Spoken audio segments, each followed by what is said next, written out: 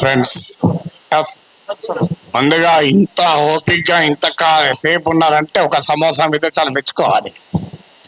So అందుకని ఎందుకు అంటే ఈ సమోసాలు 1000 కాదు 1,00,000 తిన్నా మన స్వేచ్ఛకు సమానం కాదని. అందువల్ల ఇక్కడ ఇప్పుడు నేను ఇంతకుముందు పృథ్వీతో కూడా అన్నాను, ఇక్కడ చాలా మంది చాలా విషయాలు మాట్లాడారు. బహుశా అన్ని విషయాలతో అందరూ ఏకీభవించారు. కానీ నాగరిక ప్రజాస్వామిక సమాజానికి ఉండాల్సిన లక్షణం ఏంటంటే ఏ అభిప్రాయాలు ఉన్న వాళ్ళైనా ఒక వేదిక మీద ఉండి మాట్లాడగలగాలి. అది నాగరిక సమాజానికి ఉండాల్సిన లక్షణం. సో ఇక్కడ ఉన్న వాళ్ళందరికీ ఒకటే కన్సర్న్ ఏంటంటే స్వేచ్ఛను హరించకూడదు. ఇక్కడ మాత్రం డిఫరెంట్ ఏం లేదు కదా ఎవరికి. భావ ప్రజ్ఞా స్వేచ్ఛను హరించకూడదు. భారత రాజ్యాంగం కల్పించిన ఆర్టికల్ 19(1)(a)లో కల్పించిన భావ ప్రజ్ఞా స్వేచ్ఛను హరించకూడదు. హరిస్తే ఏం చేస్తారు? కేసులు పెడతారు. నేను అన్నాను అరెస్ట్ చేస్తారని భయమా సార్ అన్న. భయం ఉంటే యాంటిసిపేటరీ బెయిల్ పోతాను పోలే కదా అన్న. ఇంతవరకు యాంటిసిపేటరీ బెయిల్ పిటిషన్ వేయలేదు, వేయను కూడా. ఎందుకని నవ్వుతూ అన్నా, నా జీవితంలో చాలా అనుభవాలు వచ్చాయి, అసెంబ్లీతో సహా. ఒక జైలు అనుభవం రాలే, అది కూడా పోయేస్తే నా ఆత్మకథ పూర్తవుతుంది, ఇంకో చాప్టర్ అని చెప్పాను. సో అందువల్ల అరెస్ట్లకు భయపడే వాళ్ళం అయితే ఇక్కడ రాకనే పోయేవాళ్ళం. నేను 30 ఏళ్ల వయసులో యూనివర్సిటీలో అసిస్టెంట్ ప్రొఫెసర్గా ఉన్నప్పుడు Times of India group daily the ఇండిపెండెంట్కి ఒక ఆర్టికల్ రాశారు. అప్పుడు ముఖ్యమంత్రి నెదురుమల్లి జనార్దన్ రెడ్డి పైన glad to see him go అని రాశారు. అప్పుడు చీఫ్ మినిస్టర్ ఆఫీస్కి వైస్ ఛాన్సలర్ ఫోన్ వస్తే నన్ను పిలిపించాడు.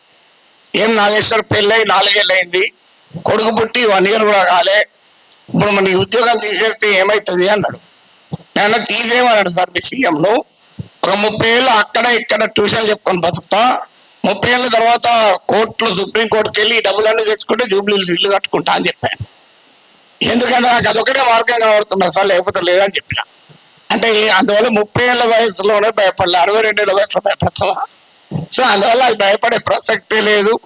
అరెస్ట్ ఇంతవరకు అయితే మీకు ఫ్యాక్ట్స్ కూడా చెప్పాలి. ఎందుకంటే ఇక్కడ మాట్లాడిన వాళ్ళు చాలా మంది బహుశా టీవీలు మిస్లీడ్ చేసిన రాంగ్ ఇన్ఫర్మేషన్తో కూడా ఉన్నట్టున్నారు. నా దగ్గరికి అరెస్ట్ చేసడానికి ఎవరైతే రాలేదు ఇప్పటి వరకు, రారని నేను చెప్పను, ఇప్పటి వరకు రాలేదు. హైదరాబాద్కి వచ్చారేమో తెలియదు, మా ఇంటికి రాలే.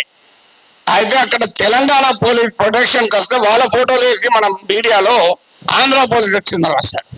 ఆ వీడియోలో ఉన్న వ్యక్తి మన టోలీచెక్ సిఐ. సో అలా కూడా వచ్చాయి వార్తలు. ఆ వార్తలు కూడా ఇట్లాంటి పత్రికల్లోనే వచ్చాయి.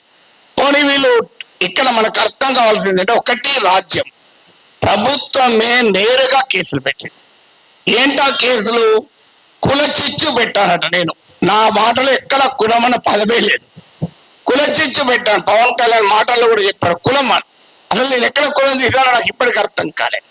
ఇప్పుడు ఒక అంశం వచ్చినప్పుడు అనేక మంది భిన్నమైన అభిప్రాయాలు ఉన్న వారు ఆ అంశాన్ని వరకు సమర్థిస్తుంటారు. అది ఏ కులం వాళ్ళైనా కావచ్చు, ఏ ప్రాంతం వాళ్ళైనా కావచ్చు, ఏ రాజకీయ భావాలు ఉన్న వాళ్ళైనా కావచ్చు. ఇప్పుడు దీన్ని మైక్ అనాలి. దీన్ని మైక్ అని ఒక కులం వాళ్ళకి చెప్తే మైకు, ఇంకో కులం వాళ్ళు చెప్తే కాదు స్టిక్ అంటారా? ఒక పార్టీ వాడు చెప్తే మైకు, ఇంకో పార్టీ వాడు చెప్తే బాటిల్ అంటారా? ఎవరైనా మైక్ అనాలి. సో దానికి కుమ్ముకైనట్టు కాదు అది. తర్వాత ప్రాంతం అని కూడా తీశాడు పవన్ కళ్యాణ్.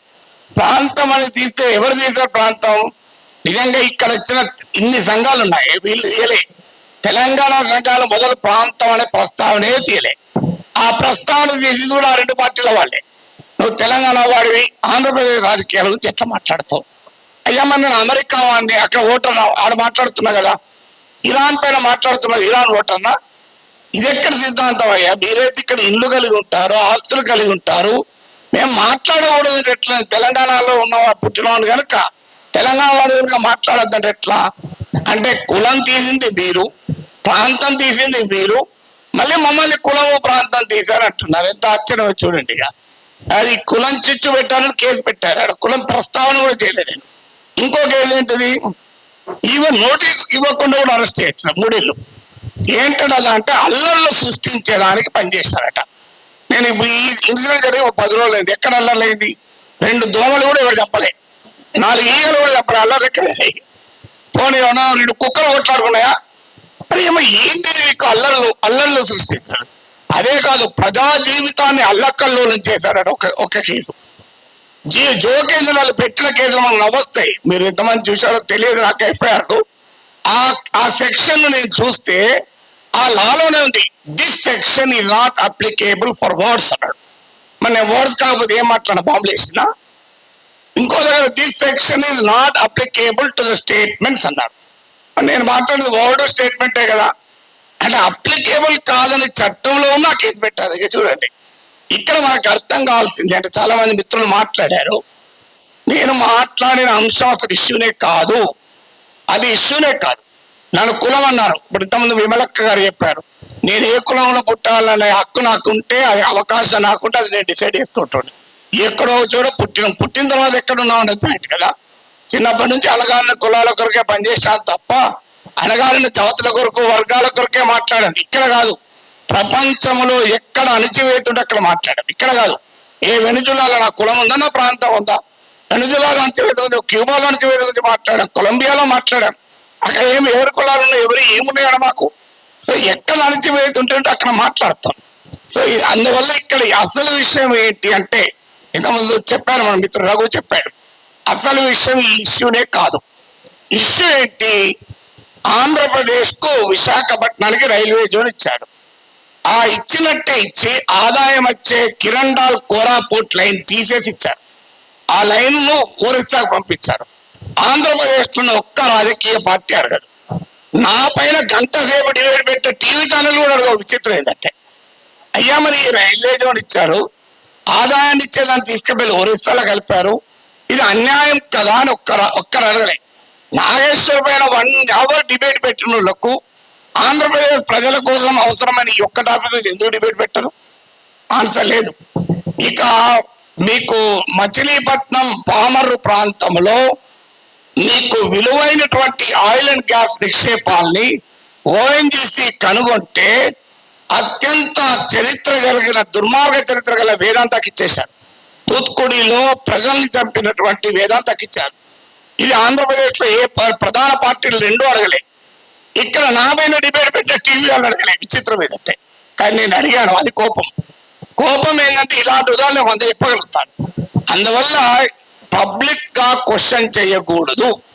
అందువల్ల ఒక్కసారి బెదిరిస్తే దాన్ని డాక్ట్రైన్ ఆఫ్ చిల్లింగ్ ఎఫెక్ట్ అంటారు. అంటే ఒక బెదిరిస్తే వీడు నోరు విప్పడని. కానీ గుర్తుపెట్టుకోవాలి, ఎంత బెదిరిస్తే అంత బిగ్గరగా అడుగుతాం, పని కట్టుకొని అడుగుతాం. అదే నేను అన్నది. అదే అని యుద్ధం మీరు మొదలు పెట్టారు, నేను ముగిస్తాను అన్నాడు. మళ్ళీ దాన్ని పెట్టుకొని యుద్ధం చేస్తావట అంటాడు. అయ్యా నేను ఏమన్నా అందులో క్లియర్గా నా ప్రజా సమస్యల పైన అని ఇప్పుడు ఇంకా దానిపైన కేసు పెట్టలేదు. బహుశా ఎఫ్ఐఆర్ ఛార్జ్ షీట్లు ఆడియేస్తారో తెలియదు. కానీ ఒక్కడు మాత్రం మళ్ళీ చెప్తున్నాను, మీరు అరెస్ట్ చేసుకుంటారా, కేసులు విత్డ్రా చేస్తారా, చెయ్యరా, అది మీ ఇష్టం. మేము మాత్రం మాట్లాడుతూనే ఉంటాం. We will die but we will not give up our right to free speech అన్నది మా మాట. చావనన్నా చేస్తాం కానీ మాట్లాడే హక్కును వదులుకోము. నీకే అణిచివేత వేసినా దానికి మేము సిద్ధం, సంతోషం. మీరు వస్తారండి చెప్పండి, టైము ప్లేస్ కూడా చెప్పండి, ఆడికి వస్తా, కావాలంటే అరెస్ట్ చేసుకోండి. Thank you very much.